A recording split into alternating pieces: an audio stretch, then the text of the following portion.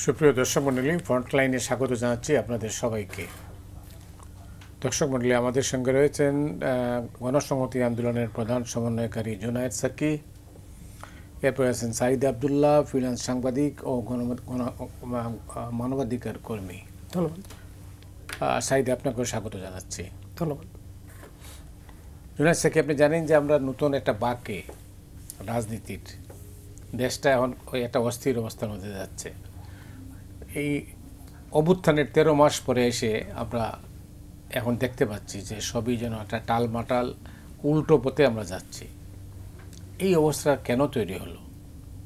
এর জন্য আপনি কাকে দায়ী করবেন? আপনাকে ধন্যবাদ আমন্ত্রণ জানানোর জন্য। আমার সহলোচক সহ যারা দেখছেন সবাইকে সালাম এবং শুভেচ্ছা। আসসালামু আলাইকুম। না, নিঃসন্দেহে আমরা একটা রাজনৈতিক বাঁকে আছি, এটা তো আমরা সবসময় বলছি, একটা সন্ধিক্ষণে।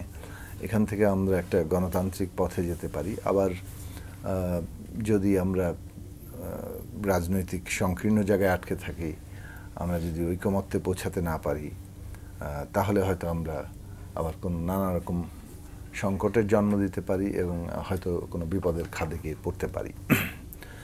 সবসময়ই পরিস্থিতির মধ্যে এইরকম ইতিবাচক নেতিবাচক প্রবণতাগুলো থাকে। তো আমরা আশাবাদী থাকতে চাই যে আমরা একটা ইতিবাচক পরিণতিতে যেতে পারবো। সেটার জন্য প্রয়োজন হচ্ছে যে প্রথমত রাজনৈতিক সদিচ্ছা, যদিও কথাটা অনেক ক্লিশে, কিন্তু রাজনৈতিক সদিচ্ছার প্রশ্নটি এতটাই গুরুত্বপূর্ণ যে প্রত্যেকেরই উপলব্ধি করা দরকার। 2 নম্বর হচ্ছে যে এই রাজনৈতিক সদিচ্ছাটা আসলে কি এই মুহূর্তের জন্য। সেটা হচ্ছে যে অভ্যুত্থানের মধ্য দিয়ে আমরা যে অর্জনটা করেছি, সেই অভ্যুত্থানের অংশগ্রহণকারী যে শক্তিসমূহ, তাদের মধ্যে একটা ন্যূনতম কনসেনসাস তৈরি হওয়া, একটা সমঝোতা ঐকমত্য জায়গা তৈরি হওয়া। কেননা এখানে এর বিকল্প কি? বিকল্প হচ্ছে যে শক্তি পরীক্ষার মতো, মানে কে কার বেশি শক্তি, সেটার মধ্যে যে নতুন করে রাজনৈতিক কর্তৃত্ব প্রতিষ্ঠা, সেটা তো সংঘাতের জন্ম দিবে। ফলে এই শক্তি পরীক্ষার মধ্য দিয়ে রাজনৈতিক কর্তৃত্ব প্রতিষ্ঠার বদলে যদি আমরা সমঝোতার মধ্য দিয়ে একটা পথে যে নির্বাচনে যেতে পারি, তাহলে সেখানে একটা শান্তিপূর্ণ গণতান্ত্রিক উত্তরণ হওয়া সম্ভব। এখন এই রাজনৈতিক ঐকমত্যের জায়গাটাকে আমাদের পদ্ধতি হিসেবে, মানে ফর্ম অফ ট্রানজিশন, মানে কিভাবে আমরা উত্তরণটা ঘটাবো, সেইটার একটা ধরন হিসেবে, প্রক্রিয়া হিসেবে, পদ্ধতি হিসেবে এইটাকে আমরা যদি সত্যি সত্যি মিন করি, সবাই যদি সেই সদিচ্ছাটা দেখাই, তাহলে আমরা একটা উত্তরণের পথে ইতিবাচক জায়গায় যেতে পারবো। কনসেনসাসের জায়গা হচ্ছে একটা জায়গা আমরা তৈরি করেছি যে আমরা জুলাই ঘোষণাপত্র হয়েছে, সেটা নিয়ে অনেকের নানান রকম আলোচনা আছে, কিন্তু মোটা দাগে সকলেই অংশ নিয়েছিলেন এবং জুলাই ঘোষণাপত্রে আমাদের উপস্থিতি ছিল এবং ঐক্যবদ্ধভাবেই আমরা জুলাই ঘোষণাপত্রটার মোটে এক ধরনের সম্মতি দিয়েছি। দ্বিতীয় ধাপে আছে জুলাই সনদ কিংবা জুলাই জাতীয় সনদ। সেইখানে আমাদের সংস্কার প্রক্রিয়াটা কি হবে, সংস্কার কি বিষয়ে সংস্কার হবে, সেসব বিষয় নিয়ে আলোচনা হয়েছে। তার মধ্যে অনেকগুলো প্রসঙ্গ আছে, গুরুত্বপূর্ণ প্রসঙ্গ, যেগুলোতে আমরা প্রায় বলতে পারেন যে মানে কি বলে যে সকলে একমত হয়েছি, সর্বসম্মত হওয়া যায়। আবার অনেকগুলো প্রসঙ্গ আছে যেখানেও কিছু গুরুত্বপূর্ণ প্রশ্ন আছে ক্ষমতার ভারসাম্যের জন্য, জবাবদিহির জন্য, সেখানে নোট অফ ডিসেন্ট আছে বেশ কিছু। এখন এইটা মিলেই, কিন্তু দুটো মিলেই সনদ, এবং আগামী নির্বাচনের মধ্য দিয়ে জনপ্রতিনিধিরা এটা ঠিক করবেন যে এক তো হচ্ছে যে সর্বসম্মত যেটা আছে সেটা আশা করা যায় যে সকলের জন্যই একটা বাধ্যতামূলক জায়গা থাকবে, যে এটা বাস্তবায়ন করতে প্রত্যেকে অঙ্গীকারাবদ্ধ। অন্যদিকে নোট অফ ডিসেন্টের জায়গায় যেহেতু পার্থক্য আছে, জনগণ যাদের বিজয়ী করবে তারা তাদের মতটাকে সামনে নিয়ে আসার চেষ্টা করবেন, এটাই স্বাভাবিক। এখন এই যে জুলাই সনদ অ্যাজ এ হোল, যারাই বিজয়ী হোক না কেন, এটা যে বাধ্যতামূলকভাবে তারা এটা বাস্তবায়ন করবেন, সেই অঙ্গীকারই যথেষ্ট কিনা এ নিয়ে একটা জায়গা আছে, রাজনৈতিক অনাস্থার জায়গা আছে বলেই অতীতের অভিজ্ঞতা থেকে অনেকে মনে করেন যে এটা আসলে এটা হবে কি হবে না, সেটার একটা গ্যারান্টি সবাই চান। আমরা বলেছি যে যদি গ্যারান্টি আইন মানে একটা আনা যায়, সেখানেও যদি একটা কনসেনসাস তৈরি হয় কীভাবে গ্যারান্টি করা যায়, তাহলে সেই বিষয়ে আমরা পক্ষপাতী এবং আমরা মনে করি যে রাজনৈতিক অনাস্থার জায়গাটা যতভাবে দূর করা যায় ততটাই ভালো। এখন রাজনৈতিক অনাস্থার জায়গাটা নিয়ে আরেকটা কথা বলা দরকার, যে রাজনৈতিক দল এবং ব্যক্তিদের মধ্যে অনাস্থা অনেকগুলো সংকটের জন্ম দিয়েছে অতীতে আমাদের দেশে। এই অনাস্থার পথ ধরে আমাদের নির্বাচন ক্ষতিগ্রস্ত হয়েছে, আমাদের গণতান্ত্রিক ব্যবস্থা ক্ষতিগ্রস্ত হয়েছে, আমরা ইনক্লুসিভ ব্যবস্থা তৈরি করতে পারিনি, ফলাফল হিসেবে আমাদের গণতান্ত্রিক প্রক্রিয়া ব্যাহত হয়েছে, সামরিক শাসন এসছে, এমনকি নির্বাচিত যেটাকে নামে গণতান্ত্রিক সরকার বলেছি তাদের আচরণের মধ্যে আমরা নানান রকম শাসন দেখেছি। এবং নির্বাচিত কিংবা রাজনৈতিক দলের হাত ধরেও আমরা সর্বশেষ দেখলাম যে কিভাবে সংবিধানকে দলীয়কৃত করে কিংবা কনসেনসাসকে পাশ কাটিয়ে গিয়ে অথবা পদদলিত করে একটা একক কেন্দ্রিক ব্যবস্থা কায়েম করা হয় এবং একটা ফ্যাসিস্ট ব্যবস্থা তৈরি করা হয়। সেটা সর্বশেষ শেখ হাসিনা আমলে আমরা দেখেছি। এবং এই রাজনৈতিক অনাস্থার কারণে কিন্তু তত্ত্বাবধায়ক ব্যবস্থা হয়ে এসেছিল।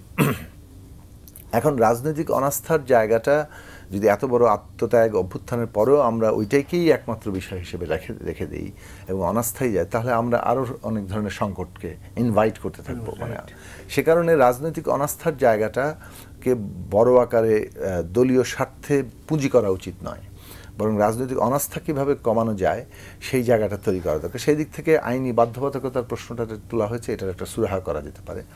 অন্যদিকে বাস্তবায়নের যে টেকসই অবস্থা, অর্থাৎ আমরা সংবিধানে এটা সংযোজন করলাম, কিন্তু সেই সংযোজনটাও টেকসই হবে কিভাবে সেটারও একটা পথ পদ্ধতি তৈরি করা দরকার। ফলে বাস্তবায়নের গ্যারান্টি এবং টেকসই করার ব্যবস্থা, এই দুটো প্রশ্নে আমরা ঐক্যমত্য হওয়া দরকার।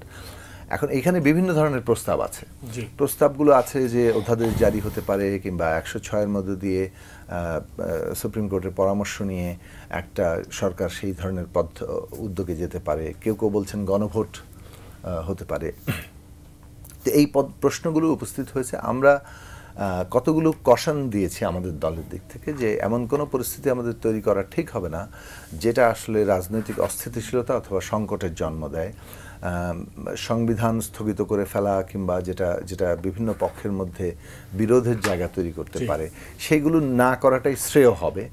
যেটা করার চেষ্টা করা দরকার সেটা হচ্ছে যে এই সরকার যেমন একদিকে সাংবিধানিক ধারাবাহিকতা রক্ষা করেছে, কিন্তু পুরোপুরি সেটা আবার করেছে কিনা সেটা নিয়ে প্রশ্ন আছে। অন্যদিকে এই সরকার কেউ এটাকে বিপ্লবী বললেও এটা পুরোপুরি বিপ্লবী সরকার হয়নি, কিন্তু এটা একটা অভ্যুত্থানের উপর দাঁড়িয়ে আছে, সেটাও মনে রাখা দরকার। ফলে এটা কি বিপ্লব নাকি এটা সাংবিধানিক ধারাবাহিকতা নাকি দুইয়ের মাঝামাঝি কিছু, তিনটি পথ আমাদের আছে। আমরা যদি কেবলমাত্র বিপ্লবী পথে অগ্রসর হতে চাই সেটাও কোনো কনসেনসাস হচ্ছে না, আবার কেবল সাংবিধানিক ধারাবাহিকতা বললে সেখানেও কনসেনসাস হচ্ছে না। কনসেনসাস হওয়ার জন্য কোনো মাঝামাঝি জায়গায় আসা যায় কিনা সেই পথটা খোঁজা দরকার। এবং আমরা আজকে সেই কথাগুলোতে এসেছি এই কশন দিয়ে, এই সতর্কবাণী করে যে আমরা এমন কোনো পদ্ধতিতে যাতে না যাই কিংবা দলীয় একটা প্রস্তাবনা যেটা আমাদেরটাই মানতে হবে এরকম একটা অনড় অবস্থানে যাতে না যাই, যেখানে আসলে আমরা সংকটেই কেবল চলে যাব এবং শক্তি প্রদর্শন, শক্তি পরীক্ষার দিকে আমরা অগ্রসর হব। ফলে আমরা গণতান্ত্রিক উপায়ে একটা, যেহেতু রুলস অফ দি গেম আমরা ঠিক করছি, রাজনৈতিক দলের তো আদর্শিক কর্মসূচিগত পার্থক্য থাকে, অর্থনৈতিক, সামাজিক, সাংস্কৃতিক, তো সেইগুলো তো প্রতিযোগিতা হবেই, কিন্তু রুলস অফ দি গেম ঠিক করার ক্ষেত্রে আমাদের যে ন্যূনতম ঐক্যমত্যের জায়গা থাকা দরকার সেটার উপরে আমরা এখনো জোর দিচ্ছি। অনেক ধন্যবাদ আপনাকে। সাইদ আব্দুল্লাহ, জুনায়েদ সাকির বক্তব্য শুনলেন নিশ্চয়ই। উনি যে সংকটের মধ্যে আমরা আছি এই সংকটের সমাধানের ইঙ্গিত দিয়েছেন, আপনি কিভাবে দেখেন? ধন্যবাদ মতি ভাই, ধন্যবাদ সমালোচক অত্যন্ত শ্রদ্ধেয় জুনায়েদ সাকি ভাই এবং যারা বাংলা ভিশনের পর্দায় দেশের বিভিন্ন জায়গা থেকে দেখছেন।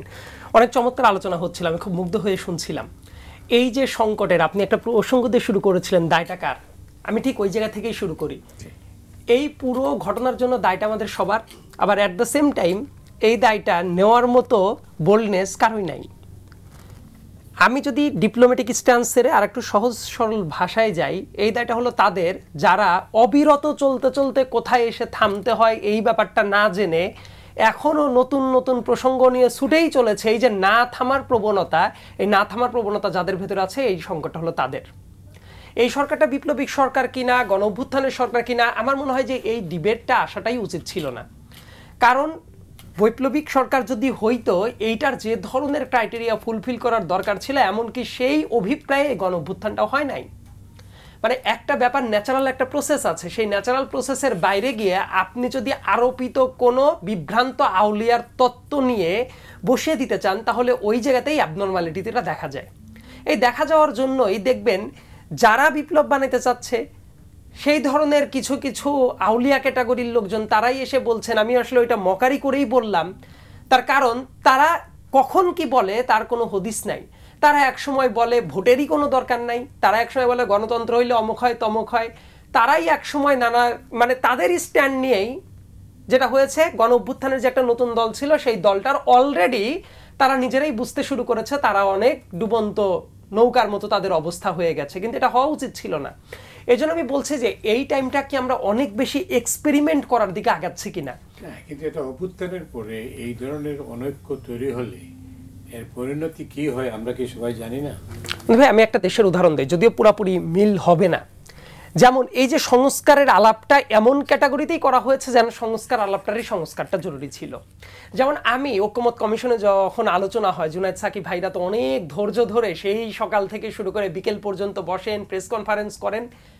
আমি ওই জায়গাটা মনে করেছিলাম কি, অনেক দিন পরে বিটিভি দেখা আমি শুরু করেছিলাম, ওদের ইউটিউবের আর্কাইভে আমি দেখা শুরু করেছিলাম। অনেক বছর তো বিটিভি দেখা হতো না, কারণ ওটাতে বাতাবি লেবুর বাম্পার ফলন হতো তখন। তো বিটিভি আমি দেখতাম একটা আগ্রহ নিয়ে, এই যে আমাদের পলিসি মেকাররা যারা হবেন তারা প্রত্যেকটা ব্যাপারে কোন ধরনের রেশনাল নিয়ে আলোচনা করে, কোন কোন ব্যাপার নিয়ে আলোচনা করে। এটা দেখতে গিয়ে মতি আমি একটা ব্যাপারে এতটা হতাশ হয়েছি। আমি তো খুবই বয়সে একজন তরুণ মানুষ, যেহেতু আইনের ছাত্র ছিলাম, আমি যে কোনো কিছু দেখার জন্য আমি আইনের লেন্স দিয়ে দেখার চেষ্টা করেছি। সংবিধানের একেবারে বেসিক আলোচনা যখন এজেন্ডায় ছিল, সেই এজেন্ডা ধরে ধরে যখন আলোচনা হয়েছে, সাকিব ভাই তো এই জায়গাতেই বসে আছেন, এমন অনেক রাজনৈতিক দলের এমন অনেকে আলোচনা করেছেন যাদের ওই ব্যাপারে বিন্দু মাত্র কোনো ধারণা নাই। ওই এজেন্ডা নিয়ে আমি দেখেছি আলোচনা হচ্ছে, ওই আলোচনার বাইরে দুনিয়ার যত আলোচনা আছে সব ওই জায়গার আলোচনা এসেছে, কিন্তু এই এজেন্ডাতে একটা সিঙ্গেল পয়েন্ট বলেন নাই। এবং তারা আইনি ফ্রেমওয়ার্ক কি কিভাবে এক্সিকিউট করবে কোনো আলাপ আলোচনা নাই, তাদের ধ্যান জ্ঞান যা আছে এসে মুখস্থ বলে দিচ্ছে। এই আলোচনাগুলো ওই জায়গায় অনেকেই করেছেন, আর কেউ কেউ আছেন খুবই চমৎকার আলোচনা করেছেন। সো এই রেকর্ডগুলো আমার মনে হয় সারা জীবনের জন্য সংরক্ষিত রাখা উচিত। যেভাবে গণপরিষদের বিতর্ক, ওইটা প্রত্যেকটা জিনিস রেকর্ডেড আছে। আমরা এখনো দেখতে পারি যে ওই জায়গায় মানবেন্দ্র লারমা কি ডিবেটটা করেছিল, সুরঞ্জিত সেনগুপ্ত কি ডিবেট করেছিল, ডক্টর কামাল হোসেন কি বলেছিল, শেখ মুজিব কি বলেছিল। এই সংরক্ষিত জিনিসটা যখন আমরা এখনো মোটা ভলিউমের বইয়ে পড়ি, তখন আমরা দেখি যে ও এই ব্যাপারটা রিস্ক হলে সুরঞ্জিত সেনগুপ্তকে আর্গুমেন্ট করেছিল, ডক্টর কামাল হোসেন ওই টাইমে শেখ মুজিবের পক্ষে কি আর্গুমেন্ট দাঁড় করাইলো, এবং ঠিক তার 2 বছর পরে আলটিমেটলি যে ভয়টা দেখা হয়েছিল সংবিধানে, সেই ভয়ের চরিত্রটাই পুরোপুরিভাবে বিকশিত হইল। সো এই যে সংস্কার কমিশনে সবাই বলে এত সিরিয়াস আলাপ আলোচনা হয়েছে, তো ওই সিরিয়াস আলাপ আলোচনাগুলো যদি মানুষ দেখে, অনেক আলোচনা আমি নিশ্চিতভাবেই মনে করি যাদের ওই টেকনিক্যাল ব্যাপারে নলেজ আছে তারা দেখে হাসবে যে এই আলোচনা করে এত চমৎকার চমৎকার সংস্কারের কথা তোলে। বর্তমানের অনেক বেশি সংকট সংস্কারের আমি দেখি না, কারণ অনেক বড় বড় সংকটের সমাধান হয়ে গেছে। কিন্তু সমস্যাটা হইল আমরা ঐক্যমত কোন কোন পয়েন্টে হচ্ছে এই ব্যাপার নিয়ে আলাপ আলোচনা না করে কোথায় কোথায় হয় নাই, এবং ওইটাকে টেনে এনে বিপ্লব ব্যর্থ হয়ে গেছে, অমুক হয়েছে তমুক হয়েছে, আজকে রাস্তায় নামো, পরশু অমুক চাই, আমি পিআর চাই, পিআর যদি না হয় একটা বারের জন্য পিআর চাই। দেশ কি এরকম মামাবাড়ির আবদার করার জায়গা নাকি? এবং এটা করতে গিয়ে নেপালের উদাহরণ আমি এই কারণেই বললাম যে নেপাল অনেক বড় বড় অভিপ্রায় নিয়ে আসছিল, বিশাল সংস্কার করে ফেলবে, রাজতন্ত্র থেকে একেবারে ফাইনেস্ট ডেমোক্রেসিতে তারা রূপ নিবে। আলটিমেটলি নেপালের লাস্টের যদি 1 দশক আমরা চিন্তা করি বা 1 যুগ চিন্তা করি, 1 যুগে কতগুলো সরকার পরিবর্তন হয়ে গেছে, এবং নেপালের টেকনিক্যালি কোনো ধরনের কোনো স্ট্যাবিলিটি আসে নাই। আমরা যদি ইতালির দিকে তাকাই, ইউরোপের দেশ, পিআর নিয়ে যে এত ফাইট হয়, এই জায়গায় তো অনেক বড় একটা আর্গুমেন্টের জায়গাটা আছে। ইতালি কেন পিআরে গেল, পিআর থেকে কেন ব্যাক চলে আসলো, কেন হাইব্রিড মডেলে গেল, সেই আসনটা কম বেশি করার কেন চেষ্টাটা চালাচ্ছে। আমরা তো ইউরোপিয়ান মডেল যেটা, ওই যেহেতু ফেলিওর হওয়ার দেশটা তো দেখছি। আমাদের ঘরের পাশের দেশ নেপাল, সেই জায়গায় আনস্টেবল অবস্থা দেখছি। পাকিস্তানে 5 বছর মেয়াদি কোনো প্রাইম মিনিস্টার নাই। সো এই সংকটগুলো আমাদের মাথায় রাখা উচিত। এটা না বুঝে আমরা কি করছি, আমরা এই কথাগুলো বলে বলে আসলে যেটা হচ্ছে, নেগোসিয়েশন করার একটা চেষ্টাটা করা হচ্ছে, কে কোথায় কতটা শক্তি প্রদর্শন করতে পারে। এটা বাদ দিয়ে বাংলাদেশে গণভোটটা তো ব্যাক চলে এসেছে। 15 অ্যামেন্ডমেন্টের রায় যেটা ছিল, ওইটার এই যে কিছুদিন আগে যে রায়টা হলো, গণভোটের সিস্টেম বাংলাদেশে আবার ব্যাক চলে এসেছে, যেটা অতীতে ছিল। গণভোট আসার মিনিংটা কি? একটা দল যদি 2/3 মেজরিটির কথা বাদ দেন, লেটসে 300 আসন নিয়েই পার্লামেন্টে আসলো, সেই দলও ইচ্ছা করলে এসে মুখের ভাষায় বলতে পারবে না আমি আর তত্ত্বাবধায়ক সরকার চাই না, এটা বাদ, তাকে তো এটা গণভোটে দিতে হবে। এই যে গণভোটটা ব্যাক চলে আসছে, এটা কিন্তু অনেক সংকটের বড় একটা সমাধান অলরেডি হয়ে গেছে। আর্টিকেল 70 নিয়ে দলগুলো খুব ভালো একটা অবস্থানে চলে গেছে, অনেক পদের নিয়োগ নিয়ে। লেটস আপনি প্রেসিডেন্ট নিয়োগ প্রক্রিয়াটা, এখন সংকটটা কোথায়? এই টাইমে আমি সংকটটা একটা জিনিসে দেখি, যাদের হটকারিতার জন্য তারা মনে করছে যে বিশাল বড় শক্তি হয়ে গেছে, এই জায়গাতে দেখেন বেসিক কিছু জায়গা চলে আসছে। মূল প্রপোজিশনের জায়গায় আমি একটা কথা বলি যে একদম ঐক্যমত্য কমিশনের একেবারে প্রাইমারি যে সুপারিশগুলো ছিল, সেই সুপারিশের ভিত্তিতে অনেক দূর অগ্রসর হয়ে গেছে। আলী রিয়াজ সাহেবকে আমি একটু কোট করলে, আলী রিয়াজ সাহেব জাস্ট এই 4 দিন আগে একটা উক্তি করেছে যে ফেব্রুয়ারিতে যদি ইলেকশন না হয়, দেশীয় বিশৃঙ্খলার পাশাপাশি আন্তর্জাতিক নিরাপত্তার যে বলয়টা আছে সেই জায়গাতে হুমকির মুখে পড়বে। তো আলী রিয়াজ সাহেবের মতো শ্রদ্ধেয় মানুষজন যদি এটা বুঝতে পারে, অন্য অনেক দলের আরো বোঝা উচিত। এইটা না করে আপনি আলোচনার টেবিলেও বসছেন, আপনি বলছেন অমুক দল আলোচনা মানে না, তমুক দল ঐক্যমত মানে না, তা আপনি রাজপথে বিদ্রোহ ডাক কেন দিচ্ছেন এখন? ওইটা তো ঐক্যমত্য কমিশনের সুপারিশমালাতেই ছিল না প্রথমে, পিআর কি ছিল? এটা তো ছিলই না।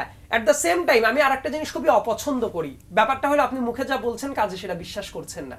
অনেক দল আছে সে যা বলে সেই ব্যাপারটাকে আমরা পছন্দ করি বা অপছন্দ করি, সে তাই বলে এবং তাই পালন করে। লেটস সে আপনি বলছেন পিআর চান, কিন্তু আপনি প্রত্যেকটা আসনে আপনার ক্যান্ডিডেট ফাইনাল করে ফেলেছেন, আপনার ক্যান্ডিডেটরা প্রচার চালাচ্ছে অমুক ভাইকে ভোট দিন। তাহলে এইটা কি আপনি যে কজে আন্দোলনটা করছেন সেই কজটা কি আপনার কাজের মাধ্যমে রিফ্লেক্টেড হচ্ছে? উত্তর নো। এবং বাংলাদেশে যথেষ্ট পরিমাণ সংস্কারের জায়গায় অনেক দল, এতগুলা দল একসাথে বসে থেকে এত আলোচনা করেছে, এটাও তো বিরল একটা ঘটনা। এখন যেটা দরকার, ইলেকশনটা সুস্থ মতো হওয়াটা যে সবচেয়ে বড় সংস্কার, এই আলাপটা যাতে আমরা না ভুলে যাই। শেখ হাসিনার ব্যর্থতার জায়গাটা আমরা তখনই দেখিয়ে দিতে পারবো যে শেখ হাসিনা তোমার আমলে তুমি কারচুপি করেও 27% ভোট তোমার ইলেকশন কমিশনার বলার পরে পাশ থেকে সংশোধন করে তো দেওয়া হয়েছে 7 জানুয়ারি ইলেকশনের পরে। পাশ থেকে দেখবেন চিফ ইলেকশন কমিশনার কাছ থেকে বলা হচ্ছে না না না উনি কিন্তু 27 বলে ফেলেছিলেন, পাশ থেকে বার আস্তে করে বললো, তারপর বললো 40-এর উপরে। সো কি ভোট পড়েছিল? আসলে তো 10%-এর উপরে ভোটই পড়ে নাই। সো ওই ব্যর্থতাটা আমরা যদি বাংলাদেশে মানুষ ভোট দিচ্ছে এই সফলতার জায়গাটা যদি ধরি, আর কিছু জিনিস মানুষের হাতে আমরা ছেড়ে দেই না। এক একটা দলের এক একটা এজেন্ডা থাকবে, মানুষ তাকে পছন্দ করবে না, ভোট দিবে না। কেউ যদি মনে করে যে টেকেন ফর গ্রান্টেড আমরাই জিতবো, এটাও বড় ভুল। বড় দলগুলো যদি ভাবে এটা যেমন ভুল, একই সাথে ছোট দলগুলো যদি ভাবে আমরা কোনোদিন ক্ষমতায় যেতে পারবো না, এটাও ভুল। কারণ কোন দল যদি এমন হয় যে ক্ষমতায় যাওয়ার দ্বার প্রান্তে আছে, এমন দলেরও রিস্ক আছে।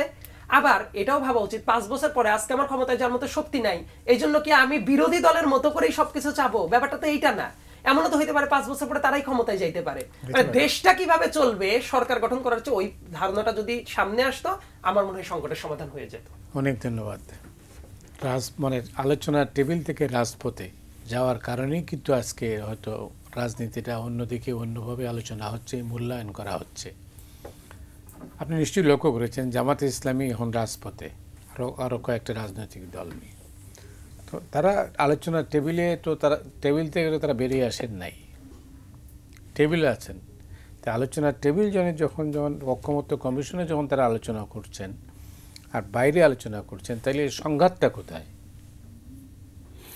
দেখুন, আলোচনার মধ্য দিয়ে আমাদের সমস্যার সমাধানের পথ খোঁজা দরকার এবং আলোচনার শেষ পর্যন্ত চেষ্টা করা দরকার। কথাটা খুব ক্যাটেগরিক্যালি পরিষ্কারভাবে বলছে, আলোচনার মধ্য দিয়ে সমস্যার সমাধানের চেষ্টা করা দরকার এবং শেষ পর্যন্ত আলোচনার মধ্যে আমাদের থাকা দরকার। কেউ কেউ মনে করতে পারেন যে আমরা আলোচনাও চালাবো, বাইরেও আমরা কর্মসূচি করব এবং একটা জনমত তৈরি করব। আসলে সময়টা এমনও যে এটা একটা নির্বাচনের পূর্ব সময়, ফলে নিজেদের রাজনৈতিক এজেন্ডা, কর্মসূচি, লক্ষ্য কিংবা যে পথ পদ্ধতিতে আমরা এক জায়গায় যেতে চাচ্ছি, দলের একটা প্রস্তাব আছে না, সেই দলীয় প্রস্তাব নিয়ে মানুষের জনমত তৈরি করা, পরিস্থিতিকে নিজের পক্ষে নিয়ে আসার চেষ্টা, এটা তো যে কোনো রাজনৈতিক দল কৌশল হিসেবে ঠিক করতে পারেন। আমাদের কাছে এরকমটাই মনে হয়েছে যে এটা একটা দলীয় কৌশলের প্রশ্ন, ফলে তারা মাঠে নামছেন। এখন এটা আবার যেটা করতে পারে সেটা হচ্ছে যে এটা এমন ধরনের প্রতিযোগিতার জন্ম দিতে পারে, তখন অন্যরাও মাঠে নামবে এবং সেই ক্ষেত্রে আবার পলিটিক্যাল সিচুয়েশন এরকম হয়ে যায় কিনা যে একটা শক্তি পরীক্ষার দিকে চলে যাচ্ছে। ওই ঝুঁকিটা আমাদের আছে এবং ওই ঝুঁকিটা ইতিবাচক না, কারণ আমরা তো একটা উত্তরণ পর্বে আছি। সাধারণভাবে একটা গণতান্ত্রিক ব্যবস্থায় তো শক্তি পরীক্ষার রাজনীতি চলেই এবং সেটার একটা মীমাংসা শেষ পর্যন্ত নির্বাচনের মধ্যে হয়। আরেকটা হচ্ছে অভ্যুত্থান, বিপ্লব ইত্যাদি, কিন্তু সেই জায়গাটা তো ধরেন প্রতিদিন ঘটে না, মানে এটা একটা বাস্তবতার পরিপ্রেক্ষিতে এটা তৈরি হয়।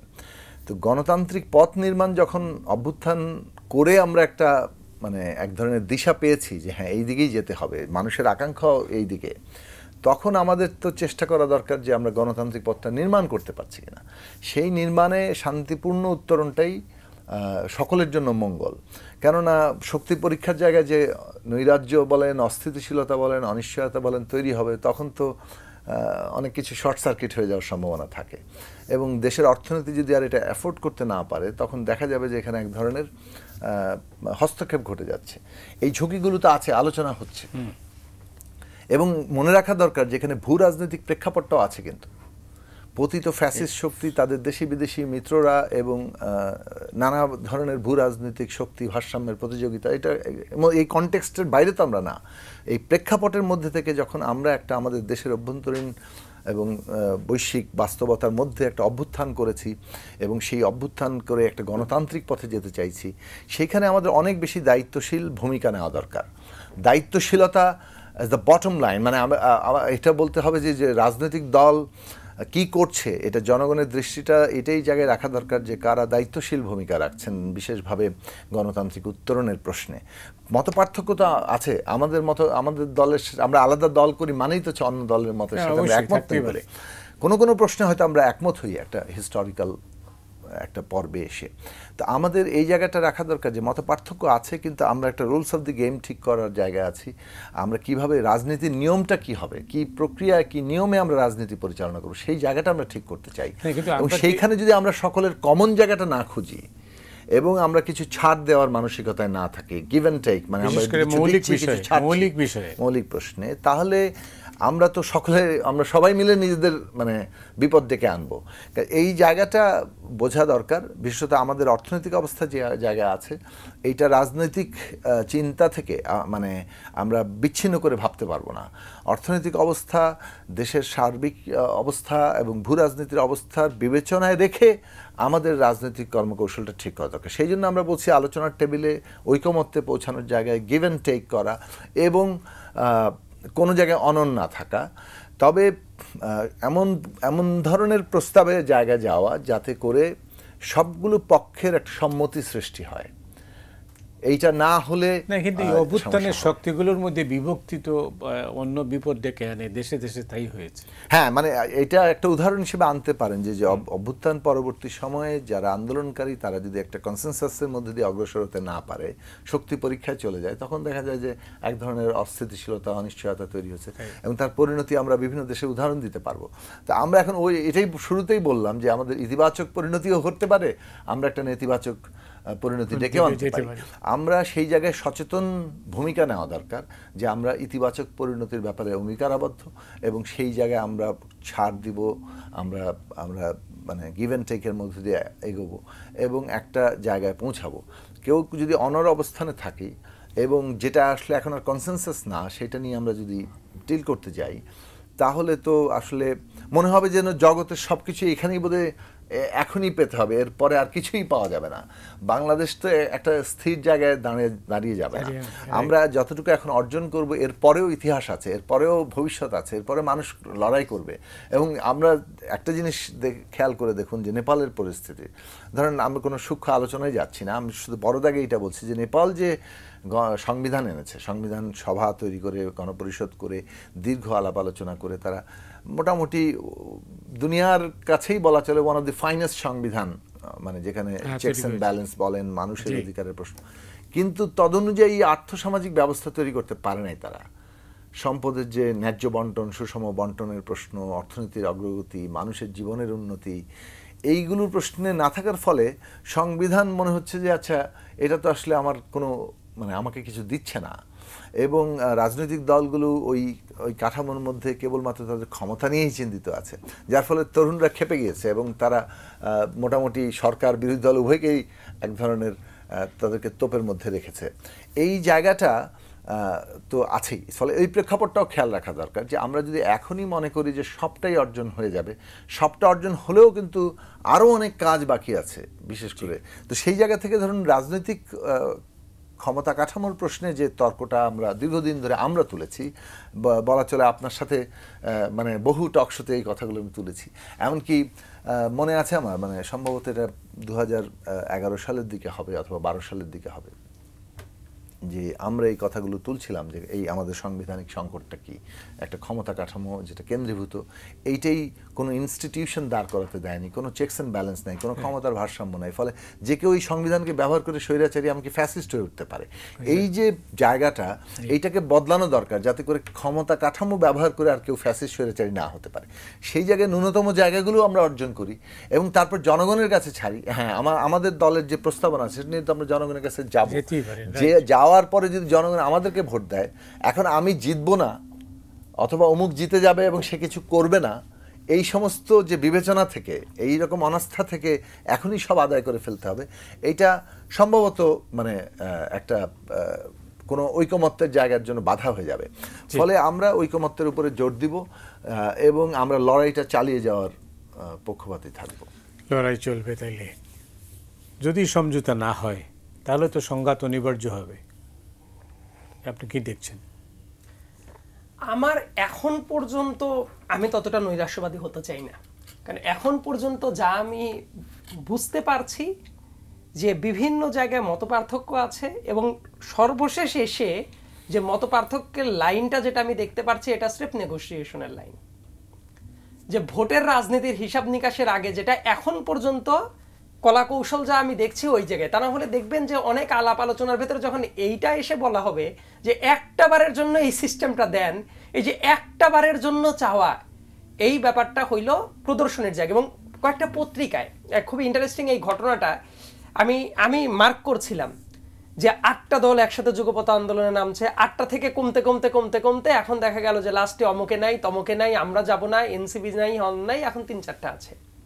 এবং এই জায়গার ভেতরেও পার্টিকুলার কিছু ফান্ডামেন্টাল জায়গায় তারাও যে শেষ পর্যন্ত একমত হয়েই চলতে পারবে, এই ব্যাপারটা আমি মনে করি না। তার কারণ একসাথে জোটবদ্ধ হইতে হলে আমি মনে করি না যে শুধুমাত্র ভোটের মাঠের একদিনের একটা ইন্টারেস্টের জন্য সামগ্রিকভাবে একই থাকাটা সম্ভব। এইটা মোটা দাগে সাস্টেইন করবে না। তার কারণ হইল এটা আমরা বিভিন্ন হুমকি ধামকি দেখলে এক কেন্দ্রিক হুমকি ধামকি দেখি, কিন্তু ব্যাপারটা যদি এমন হয় অন্যান্য অংশও যদি মনে করে যে ঠিক আছে তোমরা ঐক্যমত কমিশনের এই যে কনসেনসাসের মোড সেটা ভেঙে রাস্তায় নামলা, আমরাও তাহলে একটু দেখি রাস্তায় নামি, তাহলে তো রাস্তায় যখন মুখোমুখি দাঁড়ায় যাবে এই জায়গায় অনিবার্য একটা জায়গা চলে আসবে। প্রফেসর ডক্টর মোহাম্মদ ইউনূস অতীতে আমি কয়েক মাস যাবত দেখেছি যখনই রাজনৈতিক দলের ভিতরে সংঘাত হয় অথবা যখনই তার নিজের কাছে মনে হয় তার কনফিডেন্স কমে যাচ্ছে, রাজনৈতিক দলের একদিনে 4-5 জন করে ডাকবে, সাকিব ভাইরাও যাওয়ার পরে আবার তাদেরকে আস্থায় নিয়ে আসার চেষ্টা করেন। কিন্তু যে জিনিসটা সবচেয়ে বেশি জরুরি, একটা রাষ্ট্র আমরা যদি এই অবস্থায় চিন্তা করি, মনে হয় যে সবার জন্য সমান রাষ্ট্র, এটা খুবই আইডিয়ালিস্টিক কথাবার্তা। কিন্তু একটা দেশ যে পিলারের পর দাঁড়ায় থাকে সেই পিলারের খুবই সিগনিফিকেন্ট একটা জায়গা হলো অর্থনীতি। একটা রাষ্ট্র, সাকিব ভাইয়ের আলোচনায় ওই পয়েন্টটা কিন্তু চলে এসেছে, আমি মনে করেছিলাম সাকিব ভাই আরো একটু লম্বা করবে, তাইলে ব্যাপারটা আরো বোধ হয় যে সবার জন্য বোধগম্য হইতো। সময় আছে এখনো বলতে পারবে, অবশ্যই সেটাই আশা করব। তো এই টাইমের ভেতরে এই টাইপ একটা গভর্নমেন্ট আমাদের তো একদম গোড়াতে গলদ ছিল। দেখেন আজ থেকে 5 মাস আগে সরকার তার নিজস্ব পিআর ব্যবহার করে এই ক্যাম্পেইন বিভিন্ন ইনডিরেক্ট ওয়েতে চালিয়েছে, মুখে মুখে বলেছে যে অমুক মাস থেকে অমুক মাসের ভেতরে ইলেকশন দিব, কিন্তু তাদের মেকানিজমের ভেতরে থাকা এমন অনেক মানুষ এটা প্রুভ করার চেষ্টা করেছে যে 5 বছর এই সরকারের থাকা উচিত। এই সরকারের এমনভাবে ক্যাম্পেইন চলছিল অ্যাজিপ রোহিঙ্গারা কোরবানির ঈদের আগে তারা চলে যাবে। এই সরকার আসার পরে এমন ভাব ধরা হচ্ছিল যে বাংলাদেশ একবারে বেহেস্ত হয়ে যাবে, কিন্তু এইটা যে একেবারে সম্ভবই না, এটা একটা ট্রানজিশনাল পিরিয়ড। সেই সত্যটাকে খুবই চমৎকারভাবে আড়াল করা হয়েছে। আরও একটা মিথ্যা ব্যাপার আছে, এই মিথ্যা ব্যাপারগুলো মানুষের কাছে না জানানোর জন্য যেটা হয়েছে, মানুষ তো আসলে সবাই অনেক বেশি ইনফর্মড না এবং এটা হওয়াই উচিত ছিল। দেখেন আমরা বারবার করে একটা কথা বলি, ভারতীয় আধিপত্যবাদের বিরোধিতে আমরা দাঁড়িয়ে যাব। অবশ্যই ভারতীয় আধিপত্যবাদ যেভাবে চেপে বসেছিল সেই জায়গায় তো বিরোধিতা করা প্রত্যেকটা মানুষের জাতীয় দায়িত্ব, আমরাও করেছি। নরেন্দ্র মোদী যখন বাংলাদেশে এসেছে আমরাও ভয়েস রেইজ করেছি, কিন্তু যে পার্থক্য প্যারামিটার দিয়ে এগুলো মাপার চেষ্টা করা হয়, যদি ধরা হয় যে সীমান্তে হত্যাকাণ্ড 2023 সালে কতগুলো হয়েছে, 24 সালে কতগুলো হয়েছে, 2025 সালে কতগুলো হয়েছে, প্রথম 6 মাসের ডাটা ধরলে দেখা যাবে অন্যান্য বছরের এই 6 মাসের তুলনায় বরং 2 জন বেশি হয়েছে। সীমান্ত হত্যাকাণ্ড কমে নাই, বরং অনেক জায়গায় ভারত যেভাবে নাক গলানোর চেষ্টা করেছে সেই জায়গায় যেভাবে শক্ত প্রতিবাদ জানানোর কথা ছিল সেটা জানানো হয় নাই। ইলিশ মাছ পাঠানো নিয়ে যদি এতই আলাপ করা হয়, এবারও কত মন ইলিশ পাঠানো হচ্ছে দেখুন, অতীতের অনেক জায়গার চেয়ে বেশি। আবার দেখেন, দিতেই পারে, এটা সমস্যা না, আমি কি বলছি, অনেক ক্ষেত্রে বাণিজ্যের স্বার্থে বিভিন্ন ক্ষেত্রে দেওয়া হইতেই পারে, কিন্তু ওই ব্যাপারটাকে যেভাবে পোর্ট্রে করা হয় তাহলে তো আমি পার্থক্যটাও দেখানোর চেষ্টা করবো। এটা আমি আমার কথা বলি নাই, তাদের কথা। জুনায়েদ সাকি, যেটা সাইদ আব্দুল্লাহ যেটা বললেন, এই যে তিনি মনে করেন না যে এখনো সংঘাত অনিবার্য। শুরুতে আমি এই কথাটা দিয়ে বলেছিলাম যে আমরা ইতিবাচক নেতিবাচক আছি, কিন্তু আমরা এখন আশাবাদী যে ইতিবাচক পরিণতির দিকে আমরা যেতে পারবো। হ্যাঁ, এটাই সবাই তো দেশের মানুষ এটাই চান, কিন্তু এই বিপ্লবের এই 13 মাস পরে যা দেখছি আমরা, এই যে আপনি নতুন বন্দোবস্ত, রাষ্ট্র মেরামত, এই স্লোগানগুলো তো এখন মানুষের কাছে মানে এর কিছুটা অতীত হয়ে যাচ্ছে। তার কারণটা হচ্ছে এর বাস্তবায়ন আমরা দেখতে পাচ্ছি না। না, সেই বাস্তবায়নের পদ্ধতিটা তো নিয়েই আলোচনা চলছে, কিন্তু বিষয়টা হচ্ছে যে বাস্তবায়নটা তো মানে মানে সবই কি ভোটে হবে, সবই তো নির্বাচনে হবে। বাস্তবায়নটা তো একটা মানে নিয়মের মধ্যে দিয়ে হতে হবে। বাস্তবায়নের ক্ষমতাটা কার? বাস্তবায়নের ক্ষমতার মানে বিশেষত ধরুন সংবিধান, যেমন এই কথাটা কিন্তু আমরা পরিষ্কার করে বলে দিয়েছি যে সংবিধান বহির্ভূতভাবে যে সংস্কারের প্রস্তাবগুলো আছে, যেগুলো নিয়ে ঐকমত্য হয়েছে, সেগুলো এই সরকার কিন্তু অধ্যাদেশের মাধ্যমে করতে পারে, এবং সেগুলো ভবিষ্যৎ নির্বাচিত সরকার র্যাটিফাই করবে। কিন্তু সংবিধান বদলানোর ক্ষমতা কার আছে? সেটা সংবিধান বদলানোর ক্ষমতাটা যদি আপনি ধরুন একটা পদ্ধতি ছিল যে হ্যাঁ অভ্যুত্থান কিংবা বিপ্লব যাই বলেন তার উপর দাঁড়িয়ে সরকার সব কিছু স্থগিত করে দিল, সংবিধান স্থগিত কিংবা বাতিল করে দিল, তারপরে তারা একটা অভ্যুত্থানের সরকার গঠন করেছে এবং তারা সব ডিক্রি জারির মাধ্যমে করছে, নতুন সংবিধান তৈরি করার চেষ্টা করছে, সেটা এক ধরনের পদ্ধতি ইতিহাসের বিভিন্ন দেশে ঘটেছে। কিন্তু তখন যারা সরকার গঠন করলেন এবং সরকার গঠনের মূল পরিকল্পনাগুলোতে বৈষম্য বিরোধী ছাত্র আন্দোলন কিংবা তাদের পছন্দ অনুযায়ী তারা কিংবা যাদের সাথে তারা মনে করেছেন কথা বলা দরকার, তারা তো আসলে গেলেন হচ্ছে 106 অনুচ্ছেদের মাধ্যমে সুপ্রিম কোর্টের পরামর্শ নিয়ে তারা একটা ডক্ট্রিন অফ নেসেসিটির জায়গা থেকে একটা অন্তর্বর্তী সরকার গঠন করা হলো। এখন এটা কেউ কেউ বলেন যে এটা একটা স্টেট অফ এক্সেপশন, মানে এখন এই যে ব্যতিক্রম, এই যে একটা মানে বিশেষ ব্যবস্থা, তো 106 অনুচ্ছেদ তো সংবিধানের অংশ। এটার মানেটা কি? মানেটা হচ্ছে যে সংবিধানে যা লেখা আছে, ডিফাইন করা আছে, তার বাইরে যদি কোনো পরিস্থিতি হয় অথবা এমন একটা পরিস্থিতি তৈরি হলো যা লিখিত আছে সেটা দিয়ে ব্যাখ্যা করা যাচ্ছে না, সেটা দিয়ে সমাধান করা যাচ্ছে না, তখন যাতে এই স্টেট অফ এক্সেপশনটা এই সংবিধানের আলোকে 106-এর মাধ্যমে করা যায়, সেটার জন্যই। তার মানে আপনি স্টেট অফ এক্সেপশনকেও কিন্তু সংবিধানে ধারণ করে আছেন। আপনি যা ডিফাইন সেই অনুযায়ী যেটা ব্যাখ্যা করতে পারবেন তা তো করবেন, কিন্তু এমন পরিস্থিতির উদ্ভব যদি ঘটে যা সংবিধানের লিখিত অবস্থা দিয়ে ব্যাখ্যা করা যাচ্ছে না, তখন আপনি 106-এর অনুচ্ছেদের মাধ্যমে সুপ্রিম কোর্টের পরামর্শ নিয়ে আপনি সেই বিশেষ অবস্থাটা যা লিখিত নাই সেটার ক্ষেত্রে ব্যবস্থা নিতে পারেন। সেই অর্থে state of exception is a state of exception, মানে অর্থাৎ একটা ব্যতিক্রম, কিন্তু ব্যতিক্রম ধারণ করার ব্যাপারটাও কিন্তু সংবিধানের মধ্যেই আছে। এই জায়গাটা এখন এটা নিয়েও ইন্টারপ্রিটেশনের তর্ক আছে, মানে বলে না যে even a fact is an interpretation, মানে যে কোনো ঘটনায় কিন্তু একটা একটা একটা ব্যাখ্যা দেয়। আপনি কোন জায়গা থেকে একটা ঘটনাকে দেখেন আর আমি কোন জায়গা থেকে দেখি, এতে পার্থক্য হয়। তো সুতরাং ওই দিক থেকে এই বিষয়কে দেখারও পার্থক্য আছে। আর আমরা যে জায়গাটা বলতে চাইছি যে এই যে দুটো জিনিস আছে, মানে আপনি অভ্যুত্থানে যান নাই, আপনি সংবিধানের মধ্য দিয়ে সমাধান খুঁজেছেন, কিন্তু সেটা স্টেট অফ এক্সেপশনে খুঁজেছেন, তাহলে এইটার যে একটা ওই উপাদানটা আছে, যে একটা ব্যতিক্রমী উপাদান আছে, সেইখান থেকে আপনার মানে এমন একটা জায়গা খোঁজা উচিত যাতে করে আমরা জনগণের যে আকাঙ্ক্ষা সেটাকে পূরণ করতে পারি, রাজনৈতিক দলগুলোর মধ্যে সমঝোতা ঐকমত্য থাকে। তো জন আকাঙ্ক্ষা পূরণ এবং সেটা সমঝোতা এবং ঐকমত্যের ভিত্তিতে, সেটাই আমাদের জন্য কাঙ্ক্ষিত পথ হবে এবং সেই পথটা খোঁজা উচিত। আমরা যেটা দায়িত্ববোধ করি সেটা হচ্ছে যে আমাদের দল গণসংহতি আন্দোলন, আমাদের যে মঞ্চের মধ্যে দিয়ে আমরা লড়াই করছি, গণতন্ত্র মঞ্চ, 6টি দলের সমন্বয়ে একটা রাজনৈতিক মঞ্চ। আমরা এই সিদ্ধান্ত নিয়েছি, কিংবা আমরা দায়িত্ববোধ করি যে আমাদের সবার সাথে সবার আলাপ আলোচনা হওয়া দরকার। অন্ততপক্ষে যে 30-32টি দল কিংবা জোটের প্রতিনিধিরা সেখানে আছেন, তাদের সবার মধ্যে কথাবার্তা হওয়া দরকার, এবং সেটার জন্য কিছুটা সময় দরকার, যে কারণে আমরা আহ্বানও জানিয়েছিলাম যে সময়টা বর্ধিত করার, এবং 15ই অক্টোবর পর্যন্ত সময় বর্ধিত করা হয়েছে। এবং এর মধ্যেই আপনি মনে করেন যে এই সময়ের মধ্যে সমঝোতা হতে পারে? আমরা আশাবাদী যে সমঝোতার একটা পথ আমাদের বের করতে হবে। মানে ওই এটা ফেল করার, মানে ব্যর্থ হওয়ার কোনো সুযোগ আমাদের নেই। ব্যর্থতার পরিণতি কিন্তু ইতিমধ্যে মানে সবাই বলা শুরু করেছেন।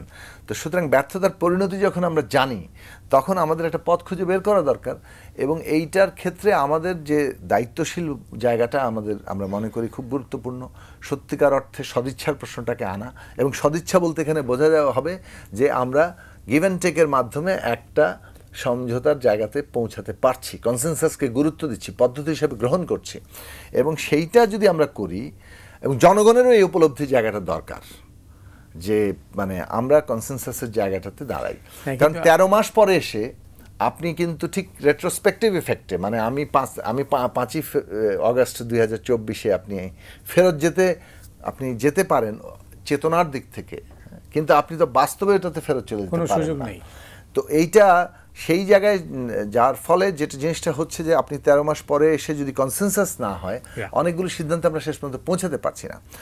এখন আমরা তো অনেক কিছুই চাই, আমাদের রাজনীতি, আমরা যেভাবে মানে আমাদের রাজনীতির হাতে খড়ি যেভাবে বড় হয়েছি, আমরা একটা বিপ্লবী রূপান্তরের জন্য সবসময় কাজ করেছি। কিন্তু আমরা মনে করি যে বিপ্লবী রূপান্তরের এই আকাঙ্ক্ষাটাও শক্তি ভারসাম্যের মধ্য দিয়ে অগ্রসর করতে হবে। আমাদের রাজনৈতিক দলগুলোর মধ্যে যার যে শক্তি, সেইটার যে একটা ভারসাম্যগত জায়গা আছে, সেখানে আমরা যদি ওভারল্যাপ করতে চাই, আমরা যদি কেউ কাউকে মানে নিজেদের কর্তৃত্ব প্রতিষ্ঠা করতে অতি আগ্রহী হই, তাহলে আবার জটিলতা, সংঘাতের জায়গা তৈরি হতে পারে। তো যাই হোক, মুদ্রা কথা একই, আমি বারবার একই কথাই আসলে বলছি। সেইটা হচ্ছে যে আমরা এই সময়ে আলাপ আলোচনার কাজটাকে সম্পন্ন করতে চাই এবং একটা ঐকমত্যের জায়গায় পৌঁছাতে চাই। তার মধ্য দিয়ে আমরা আশা করি যে নির্বাচনের যে রোড ম্যাপটা ইতিমধ্যে আছে, ডিসেম্বরের প্রথমার্ধে নির্বাচনের তফসিল ঘোষণা করা হবে, সেই অনুযায়ী আমরা একটা নির্বাচনের জায়গায় যেতে পারবো। এবং সেই নির্বাচনের ক্যারেক্টারটা কি হবে, মূলত তো নির্বাচনটা কি একটা সাধারণ নির্বাচনই কেবল হবে না, সেই নির্বাচনে এমন কতগুলো অনুষঙ্গ যুক্ত হবে যার মধ্য দিয়ে আমরা আসলে এই কাজের একদিকে আমরা গ্যারান্টি পাচ্ছি, অন্যদিকে এগুলোর বাস্তবায়নের কাজটা নিশ্চয়তা সহ হচ্ছে। আবার জনপ্রতিনিধিদের হাতে যে সংবিধান সংশোধনের যে ক্ষমতা, জনগণের হাতেই তো ক্ষমতা, তো জনগণ ক্ষমতাটা প্রয়োগ করবেন কোন পদ্ধতিতে, সেইটা জনপ্রতিনিধিত্বের মাধ্যমে, সেই জায়গাটা যে আমরা শেষ পর্যন্ত রক্ষা করতে পারি, এই সবগুলোকে মিলিয়ে একটা জায়গায় আমাদের যেতে হবে। অনেক ধন্যবাদ সাকি, অনেক মানে আশার কথা বললেন, যেটাতে আমরা নতুন করে চিন্তা ভাবনা করতে পারি সবাই। কিন্তু প্রশ্নটা হচ্ছে সাঈদ আব্দুল্লাহ, আপনি হতাশায় ভুগতে চান না, আপনি চান যে এটা নতুন আশা, ভালো কথা। কিন্তু কেউ আছেন ভোটের কৌশল, আর কেউ আছেন ভোট ছাড়া কৌশলে। রাজনীতির মূলত যে দ্বন্দ্ব, যে সংঘাত, এখানেই আপনি কীভাবে দেখেন? বর্তমানে আমি শুধু একটা জিনিসই বুঝি, বাংলাদেশের সংস্কারের এই আলাপটা অতিমাত্রায় সাংবিধানিক স্ট্রাকচারে হচ্ছে কিনা। যদি এইটাই হয়, আমাদের এই জায়গায়ও একটা সমূহ বিপদের সম্ভাবনা আছে। কারণ পৃথিবী জুড়ে যারা ফ্যাসিস্ট হয়েছে তারা কাগজ কলম পড়ে পড়ে ফ্যাসিস্ট হয় না, এটা একটা মানসিকতার ব্যাপার, প্র্যাকটিসের ব্যাপার। ধরেন শ্রীলঙ্কার সংবিধান যেটা, সেটা কি অনেক বেশি খারাপ ছিল? ওদের যে 2022 সালে ওদের তো একটা গণ অভ্যুত্থান হয়েছিল, কিন্তু ওই জায়গাতে অনেক ধরনের ইস্যু ছিল, ইকোনমিক ইস্যুটা ছিল, ইকোনমিক ফেইলিওরের কারণে তাদের এই গণ অভ্যুত্থানটা এত ত্বরান্বিত হয়ে যায়। সো আপনি অনেক চমৎকার একটা ড্রাফট তৈরি করলেন, কিন্তু আপনার দেশে বেকারত্বের হার ক্রমান্বয়ে বাড়ছে। আলটিমেটলি এই যে যারা বেকার হয়ে যাবে তারা কি করবে? দেশের ল অ্যান্ড অর্ডার সিচুয়েশন কোনো অবস্থাতেই ঠিক থাকবে না। তার মানে ব্যাপারটা হইল, এইটার কাগজের যেমন একটা ইফেক্ট আছে, অ্যাট দ্য সেম টাইম আপনার স্ট্রাকচারাল জায়গাগুলোতে অন্যান্য ভারসাম্য রক্ষা করতে পারছেন কিনা এটাও গুরুত্বপূর্ণ। কিন্তু দেখেন, অন্য সব আলোচনা নিয়ে আমি খুবই সিরিয়াস একটা জায়গাতে হইতে চাই, কারণ পৃথিবীর বুকে অনেক ভালো ভালো আইন লেখা আছে, এমন দেশের শাসকরা স্বৈর শাসকের প্রতিমূর্তি ধারণ করেছে, ইট হ্যাপেন্ড। অনেক দেশ আছে যেসব দেশে গণতন্ত্রের কিচ্ছু নাই, কোনো কিছু নাই, ইকোনমি ঠিক আছে, মানুষ 3 বেলা খুব ভালো খাইতে পারে, খুবই লাক্সারি লাইফ লিড করে। মিডল ইস্টের কিছু দেশ আছে, তাদেরকে দেখবেন সরকার এমন ভাবে লোন দেয়, প্রত্যেকের খুবই লাক্সারিয়াস গাড়ি আছে, প্রত্যেকের। সো এই যে এই ধারণাটা মানুষের মনস্তাত্ত্বিক জায়গাতেও আমাদের আরো কয়েকটা জায়গায় সংস্কারের খুব সিরিয়াসলি দরকার ছিল। কিন্তু দেশের জনগণের কথা সবাই বলে, আমরা জনগণের কথা বলি, কিন্তু দিন শেষে যেটা দেখা যায় জনগণের আলাপ কে করে? আমার দেশের মানুষের স্বাস্থ্য সেবাটা কিভাবে পাবে, এটা আমার কাছে খুবই গুরুত্বপূর্ণ একটা ব্যাপার। আমার এলাকার, আমার পাবনার সাথিয়ার একজন এসে সরকারি হাসপাতালে তার হার্টের চিকিৎসা করা দরকার, তার কাছে টাকা নাই, কয়েকটা হাসপাতালে ঘুরে বেড়াচ্ছে, দিন শেষে চিকিৎসা করে যাইতে পারবে কিনা এই নিশ্চয়তা নাই। সে আমাকে ইনফর্ম করছে, ভাই এই জায়গায় গেলে কি আমি চিকিৎসাটা পাবো কিনা, কিন্তু এই ট্রিটমেন্টটা না করালে সে মারা যাইতে পারে, আমার গ্রামের একজন বয়স্ক মানুষ। কিন্তু এই রাষ্ট্র দেখবেন যে চিকিৎসা খাত নাই, থানায় গেলে যে হেনস্থাটা হইতে হয় সেই ব্যাপারে কথা নাই, উপজেলা ভূমি অফিস মানুষের জন্য একটা জাহান্নাম, সেই ব্যাপার নিয়ে কথা বলা নাই।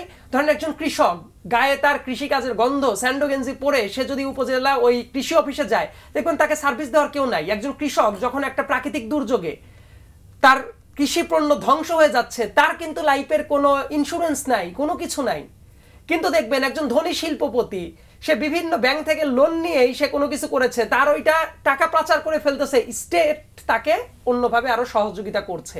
সো এই যে একদম বেসিক জায়গা, যে দেশের মানুষের স্বাস্থ্য ব্যবস্থা কি হবে, দেশের মানুষ আইনের সেবা পাবে কতটা, দেশের মানুষ 3 বেলা খাবে কিভাবে, বেকারত্ব দূর হবে কিভাবে, দেশের শিক্ষা ব্যবস্থা যে লেভেলে চলে গেছে এইটাকে বিভিন্ন উইংয়ে, কারিগরি উইংগুলোও শক্তিশালী করা, এই যে এই ধারণাগুলাকে যদি আমরা সমভাবে চিন্তা করতে না পারি, আমরা কাগজে কলমে কি লিখলাম সেটা ম্যাটার করে না। অনেকেই বলতেছেন যে সংস্কারের আলোচনাটা যেটা হচ্ছে এত আলোচনার প্রয়োজন ছিল না।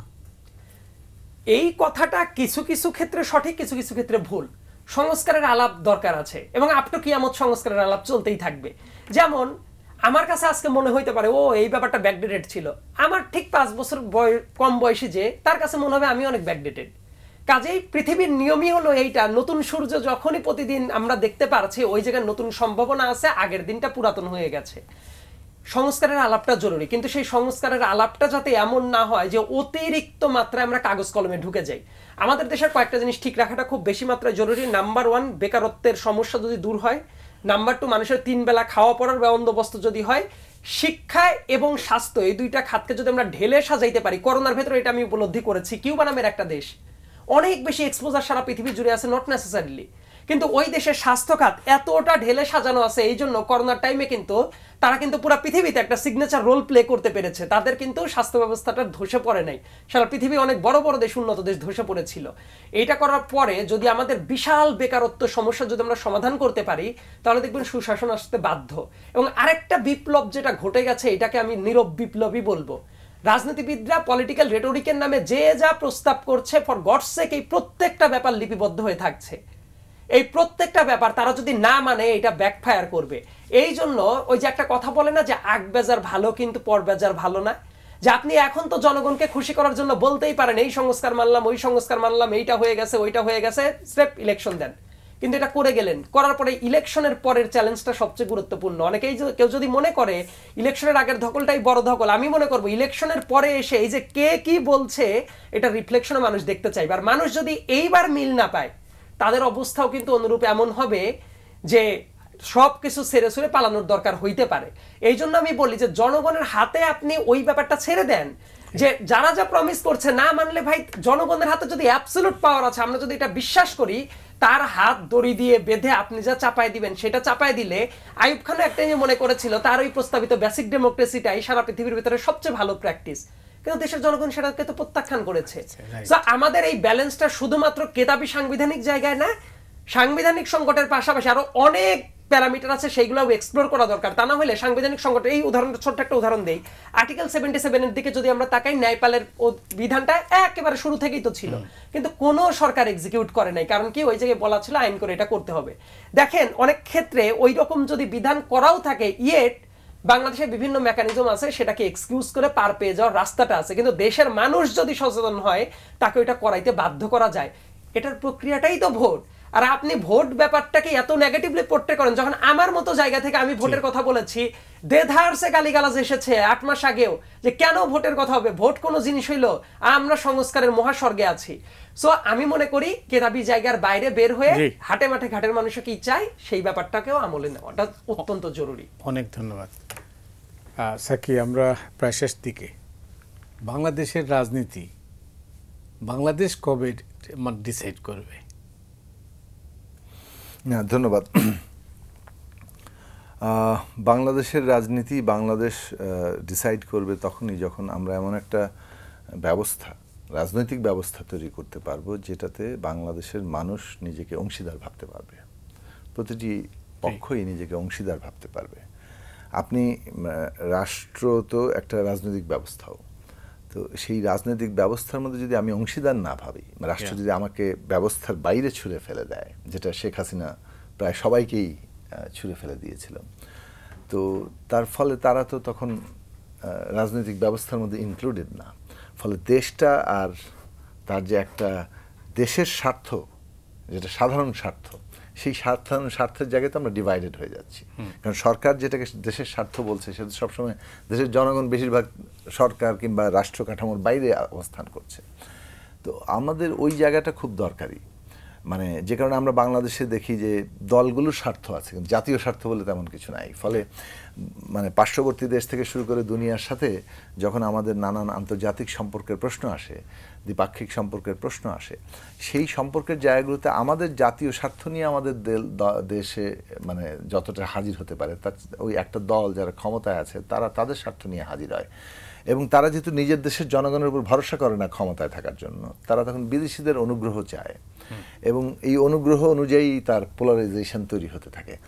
এখন সেই জায়গাটা বন্ধ করতে হলে ওই রাজনৈতিক ব্যবস্থাটা লাগবে, যেখানে আমরা মনে করি, প্রত্যেকেই মনে করে যে আমি জনগণকে জয় করে আমি রাষ্ট্র ক্ষমতায় যেতে পারবো।